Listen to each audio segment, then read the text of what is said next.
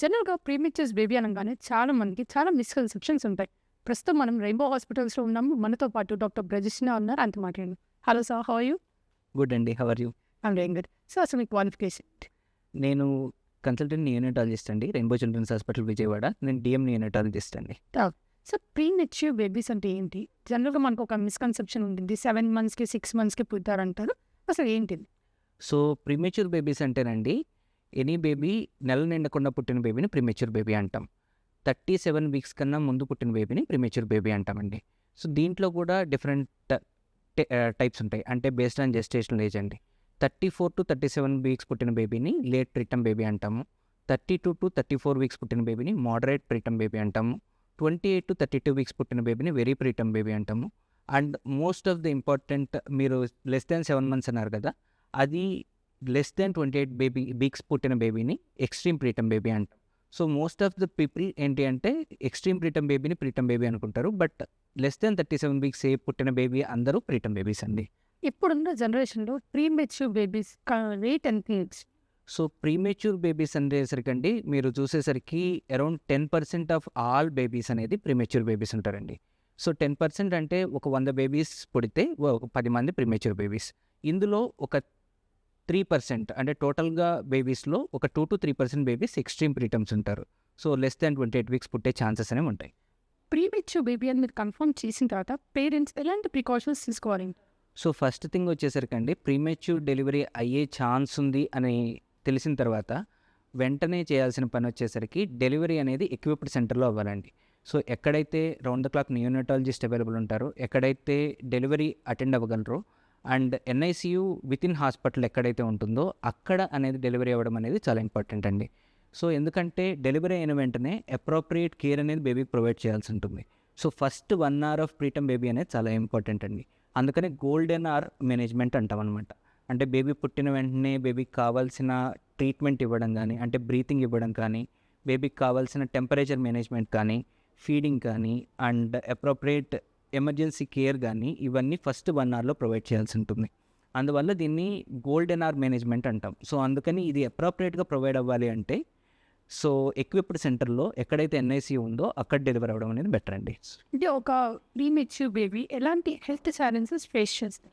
So health challenges వచ్చేసరికండి, premature baby వచ్చేసరికి ఒకటి ఫస్ట్ అనేది అన్ని ఆర్గాన్స్ ఇన్కంప్లీట్గా డెవలప్ అయి ఉంటాయండి. ఫస్ట్ వచ్చేసరికండి లంగ్స్ ఇంపార్టెంట్ థింగ్. ఎందుకంటే లంగ్స్ అనేది ఇన్కంప్లీట్గా డెవలప్ అయి ఉంటాయి. సర్ఫాక్టెంట్ అనే పదార్థం అనేది లంగ్స్లో ప్రొడ్యూస్ అయ్యి ఉండదు. సో దీనివల్ల ఏమవుతుందంటే బేబీకి చాలా బ్రీతింగ్ డిఫికల్టీ అనేది ఉంటుంది. సో ఇనీషియల్గా బేబీకి కొద్దిగా ఆక్సిజన్ సపోర్ట్, రెస్పిరేటరీ సపోర్ట్ అనేది ఇవ్వాల్సి ఉంటుంది. దాని తర్వాత బేబీకి అవసరమైతే వెంటిలేటర్ మీద పెట్టాల్సిన అవసరం ఉంటుంది. సర్ఫాక్టెంట్ అనే ఒక మెడిసిన్ ఉంటుందండి, అది లంగ్లో ఇవ్వాల్సిన అవసరం ఉండొచ్చు. Based on baby delivery and baby కండిషన్ని బట్టి అవసరమైతే అది ఇవ్వాల్సిన అవసరం ఉంటుంది. దాంతోపాటు మల్టిపుల్ థింగ్స్ లైక్ స్కిన్ అనేది మెచ్యూర్గా ఉంటుంది. దానికోసం మీరు చాలాసార్లు వినుంటారు ఇంక్యుబేటర్లో పెడతారు అని చెప్పి. సో ఇంక్యుబేటర్ అనేది స్కిన్ నుంచి ఆ వాటర్ లాస్ అవ్వకుండా స్కిన్ మెచ్యూరిటీని ఇంప్రూవ్ చేయడానికి, వీటి కోసం అనమాట. దాని తర్వాత నెమ్మదిగా వచ్చేసరికి బేబీకి ఫీడ్ అనేది స్టార్ట్ చేయాల్సి ఉంటుంది. ఫీడ్ అనేది కంప్లీట్గా డైజెస్ట్ చేసుకోలేకపోవచ్చు, అందుకని స్లోగా స్టార్ట్ చేయాల్సి ఉంటుంది. నెక్స్ట్ అన్నిటికన్నా ఇంపార్టెంట్ రిస్క్ వచ్చేసరికి బ్రెయిన్లో బ్లీడింగ్ అయ్యే రిస్క్ ఉంటుంది. సో బ్రెయిన్లో బ్లీడింగ్ అనేది ఒకటి important thing, especially less than 32 weeks పుట్టే బేబీస్కి అనమాట. సో ఈ బ్రెయిన్లో bleed especially higher grade 4 grades ఉంటాయి. హయ్యర్ గ్రేడ్స్ అయితే తప్ప యూజువల్గా మైనర్ గ్రేడ్స్ అనేవి నో ప్రాబ్లం, హయ్యర్ గ్రేడ్స్ అనేవి కొంచెం ప్రాబ్లమాటిక్ అండి. సో ఎన్ని వీక్స్ వరకు ఇంక్యుబేటర్లో పెడతారు? అంటే కొంతమంది అంటారు 2 మంత్స్ వరకు పెడతారు, 3 మంత్స్ వరకు పెడతారు అని. జనరల్గా ఒక చిన్న బేబీని ఎన్ని మంత్స్ వరకు పెట్టారు? So first less than 32 weeks పుట్టిన బేబీని ఇంక్యుబేటర్ అంటే అన్నీ కవర్ చేసిన ఎక్విప్మెంట్ అండి. సో మోర్ దాన్ 32 వీక్స్ వచ్చేసరికి వామర్లో పెడతారు. వామర్ అంటే బేబీ టెంపరేచర్ మేనేజ్ చేయడానికి వామర్ కింద పెడతారు, అది ఓపెన్ వామర్ అంటాం. So less than 32 weeks and especially less than 1 kg బేబీని ఇంక్యుబేటర్లో ఉంచుతాము. Baby based on skin maturity, based on baby wait అనేది నెమ్మదిగా బేబీని ఇంక్యుబేటర్ నుంచి వామర్కి షిఫ్ట్ చేస్తాము. దాని నుంచి బేబీ వన్స్ ఫీడింగ్ అంతా బాగున్నాక, మదర్ కేర్ తీసుకోగలుగుతున్నాక నెమ్మదిగా బేబీని అరౌండ్ 1.5-1.6 kg వచ్చాక డిశ్చార్జ్ చేయొచ్చు. ఈ ప్రాసెస్లో పేరెంట్స్ ఎలాంటి కాంప్లికేషన్స్ ఫేస్ చేయడానికి రెడీగా ఉండాలి? సో ఫస్ట్ థింగ్ కామన్గా అడిగే క్వశ్చన్ అండి పేరెంట్స్, ఎంత ఛాన్సెస్ ఉంటాయి మా బేబీ సర్వైవ్ అవ్వడానికి. ఇట్ డిపెండ్స్ ఆన్ ఒకటి కంట్రీ టు కంట్రీ, ఒకటి సెంటర్ కూడా. ఈ మన కంట్రీలోనే చూసుకుంటే each centre has different data అండి. సో మన రెయిన్బో హాస్పిటల్ డేటా చూసుకునేసరికి we are comparable with western world. So above 25-26 weeks అనేది సర్వైవల్ ఆల్మోస్ట్ 70-80%. సో సర్వైవల్ అంటే జస్ట్ సర్వైవల్ కాదండి, ఇంటాక్ట్ సర్వైవల్. అంటే బేబీ జస్ట్ సర్వైవ్ అయితే సరిపోదు, లాంగ్ టర్మ్లో ఫ్యూచర్లో నార్మల్గా ఉండాలి. సో అందుకనే ఇంటాక్ట్ సర్వైవల్ అనేది అంటామండి. సో ఇంటాక్ట్ సర్వైవల్ అనేది ఇంపార్టెంట్. ఈ ఇంటాక్ట్ సర్వైవల్ 25-26 వీక్స్లో ఆల్మోస్ట్ 70-80%, అబోవ్ 28 వీక్స్ అయితే మోర్ దెన్ 90% అనేది ఉంటుందండి. సో అందుకనే ప్రీటర్మ్ బేబీస్ కూడా లాంగ్ టర్మ్లో నార్మల్గా ఉండే ఛాన్స్ ఉంటుంది. వాట్ కైండ్ ఆఫ్ కేర్ మీ హాస్పిటల్లో ప్రీమెచ్యూర్ బేబీకి ఎన్ఐసీలో ఇస్తారు? సో ఎన్ఐసియు కేర్ అనేది మల్టీ డిసిప్లినరీ కేర్ అండి. సో ఒకటి నాట్ జస్ట్ ఒక డాక్టర్ ఒకటి కాదు, రౌండ్ ద క్లాక్ డాక్టర్స్ ఉండాలి, నర్సెస్ ఉండాలి, and if required sometimes other specialists కూడా కేర్ అవసరం పడవచ్చు. అండ్ ఈ round the clock care provide చేయడం వల్ల అవుట్కమ్స్ అనేవి బెటర్గా ఉంటాయి. సో ఏ కేర్ ప్రొవైడ్ చేస్తాము అంటే అన్ని ఇంటెన్సివ్ కేర్ సర్వీసెస్ అనేది ప్రొవైడ్ చేయగలం. లైక్ బేబీ వెంటిలేటర్ దగ్గర నుంచి appropriate nutrition and appropriate growth ఇవన్నీ చూసుకోవడంతో పాటు infection management and infection prevention అనేది చాలా ఇంపార్టెంట్ ఈ బేబీస్లో. అడ్వాన్స్ మీ హాస్పిటల్లో అడ్వాన్స్ టెక్నాలజీ ద్వారా సర్వైవల్ రేట్ ఎలా పెంచారు? సో అడ్వాన్స్ టెక్నాలజీ వచ్చేసరికండి ఒకటి క్లోజ్ మేనేజ్మెంట్ అనేది important and individualised baby management. So we have advanced ventilators అండి. అడ్వాన్స్డ్ వెంటిలేటర్స్ అంటే హై ఫ్రీక్వెన్సీ వెంటిలేటర్స్ అనేవి ఉంటాయి. And along with that advanced incubators ఒకటి. నెక్స్ట్ అలాంగ్ విత్ దట్ మనకి సర్వైవల్ ఇంప్రూవ్ అవ్వడానికి mother's milk అనేది చాలా ఇంపార్టెంట్. సో మదర్స్ మిల్క్ వచ్చేసరికండి most of the times mother's milk రావడానికి ట్రై చేస్తూ ఉంటాము. అండ్ ఎస్పెషల్లీ ప్రీటర్మ్ బేబీస్లో మదర్స్ మిల్క్ అనేది అప్రోప్రియేట్గా ఇస్తే ఇన్ఫెక్షన్స్ అనేవి వచ్చే ఛాన్సెస్ తక్కువ ఉంటాయి. దాంతోపాటు మనం బేబీ గ్రోత్ కూడా బెటర్గా ఉంటుంది. సమ్టైమ్స్ మదర్స్ మిల్క్ అనేది ఇవ్వడం కుదరకపోవచ్చు. అలాంటి సిచ్యువేషన్స్లో మాత్రం మనం ఈ డోనార్ హ్యూమన్ మిల్క్ అనేవి అవైలబుల్గా ఉంటాయి. మనకి ఇక్కడ రెయిన్బో హాస్పిటల్లో వచ్చేసరికి మిల్క్ బ్యాంక్ అనేది అవైలబుల్గా ఉందండి. సో మదర్స్ ఎవరైనా ఎక్సెస్ మిల్క్ వస్తున్న వాటిని వాళ్ళు డొనేట్ చేస్తే వాటిని పాశ్చరైజ్ చేసి అప్రోప్రియేట్గా స్టోర్ చేసి ఇఫ్ ఎనీ ప్రీటర్మ్ బేబీకి అవసరమైతే అది అప్రోప్రియేట్గా ప్రొవైడ్ చేయడం వల్ల అవుట్కమ్స్ అనేవి బెటర్గా ఉంటాయండి. ఒక మదర్ బ్రెస్ట్ ఫీడింగ్ ఎప్పుడు స్టార్ట్ చేయొచ్చు అండ్ ప్రీమెచ్యూర్ బేబీకి? సో మదర్ ఇనీషియల్గా పుట్టిన వెంటనే బేబీకి కంప్లీట్గా డైరెక్ట్గా బ్రెస్ట్ ఫీడింగ్ స్టార్ట్ చేయలేకపోవచ్చు. లైక్ ఇనీషియల్గా వచ్చేసరికి ఎక్స్ప్రెస్డ్ మిల్క్ అంటే మదర్స్ మిల్క్ ఎక్స్ప్రెస్ చేసి వాటిని ట్యూబ్ ద్వారా ఇవ్వాల్సి ఉంటుంది. ఇది ఎక్స్ట్రీమ్ ప్రీటర్మ్ బేబీ అయితే. కొద్దిగా వెరీ ప్రీటర్మ్ కానీ లేట్ ప్రీటర్మ్ బేబీస్ కానీ స్పూన్తో ఇచ్చినా సరిపోతుంది. సో వన్స్ బేబీ గ్రో అవుతున్న కొద్దీ స్పూన్తో ఇవ్వడం, నెమ్మదిగా డైరెక్ట్ బ్రెస్ట్ ఫీడ్కి అనేది షిఫ్ట్ అవ్వచ్చు. డైరెక్ట్ బ్రెస్ట్ ఫీడ్కి యూజువల్గా baby based on babies maturity 2.5 kg వచ్చాక డైరెక్ట్ బ్రెస్ట్ ఫీడ్కి షిఫ్ట్ అవ్వచ్చు. అంటే జనరల్గా ప్రీమెచ్యూర్ బేబీస్ స్టార్టింగ్లోనే అది ఇష్యూస్ ఉంటాయి, లేకపోతే లైఫ్ లాంగ్ ఏదో ఒక ఇష్యూ ఫేస్ చేస్తారు.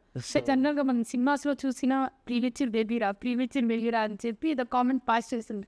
అది నిజంగా లైఫ్ లాంగ్ ఏదైనా ప్రాబ్లమ్ ఉంది, ఏదైనా disease or illness anything like that? So ఇది చాలా పెద్ద మిత్ అనుకోవచ్చు. సో ప్రీటర్మ్ బేబీ అప్రోప్రియేట్గా ఎన్ఐసియు కేర్ ప్రొవైడ్ చేస్తే అండ్ అప్రోప్రియేట్గా ఫాలో అప్ అనేది కూడా ఇంపార్టెంట్ అండ్ నార్మల్ లైఫ్ అనేది లీడ్ చేస్తారు. అండ్ ఇన్ఫ్యాక్ట్ మీరు చూసుకునేసరికి కొంతమంది brilliant minds like Albert Einstein, Newton, Picasso వీళ్ళందరూ preterm babies.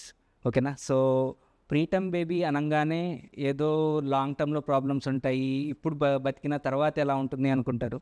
But in fact preterm babies కూడా లాంగ్ టర్మ్లో చూసుకుంటే ఇన్ఫ్యాక్ట్ గుడ్ అవుట్కమ్స్ అనేవి ఉంటాయి. అండ్ న్యూరలాజికల్గా కూడా అండ్ డెవలప్మెంట్ కూడా వీళ్ళది నార్మల్గా ఉంటుంది. బట్ ఓన్లీ థింగ్ ఏంటి అంటే జస్ట్ ఎన్ఐసియూలో వదిలేయకూడదు. ఎన్ఐసియూ తర్వాత క్లోజ్ ఫాలో అప్ అనేది ఇంపార్టెంట్.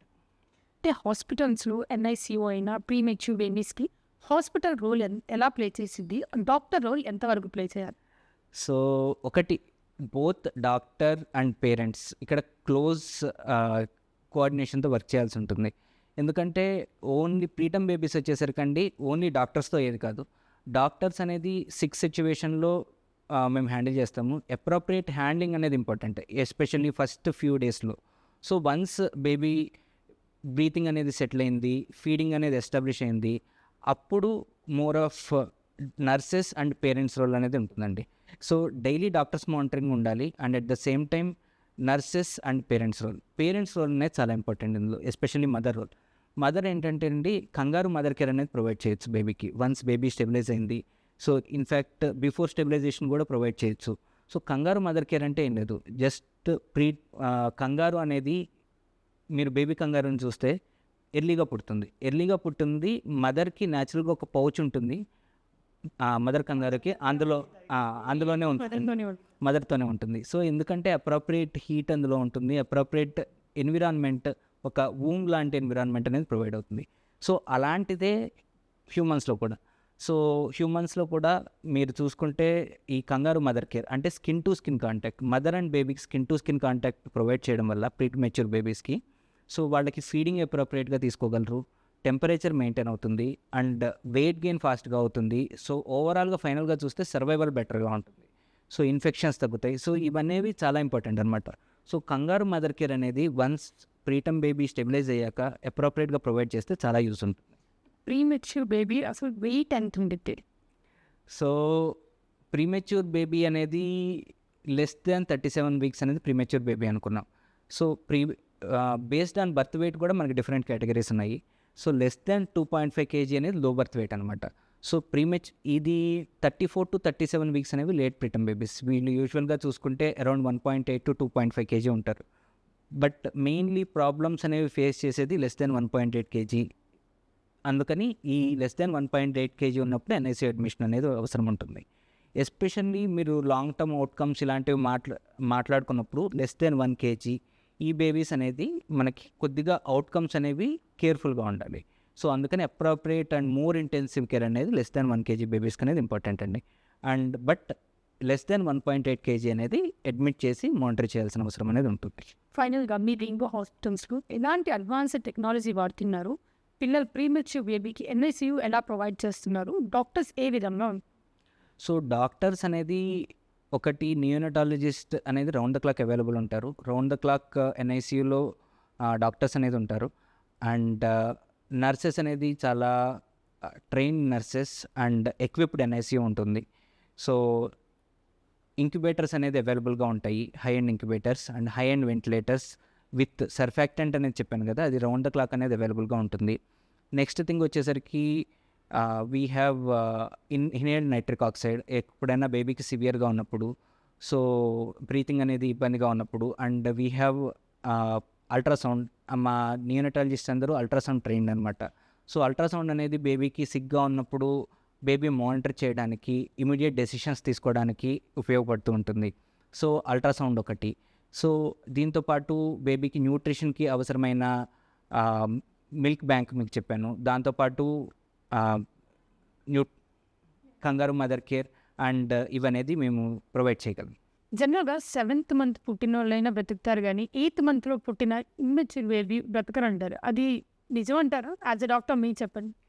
సో అదొక పెద్ద మిత్, నేను కూడా విన్నాను ఇది, బట్ అదొక పెద్ద మిత్ అండి. సో ప్రీమెచ్యూరిటీ అనేది 8th month పుట్టిన బేబీ ఇంకా still more mature than 7th month పుట్టిన బేబీ. సో అవుట్కమ్స్ అనేవి 8 months పుట్టిన బేబీలోనే బెటర్గా ఉంటాయి compare to 7 months. Thank you for valuable time. Signing off అథా మొహమ్మద్ ఆతివి, విజయవాడ.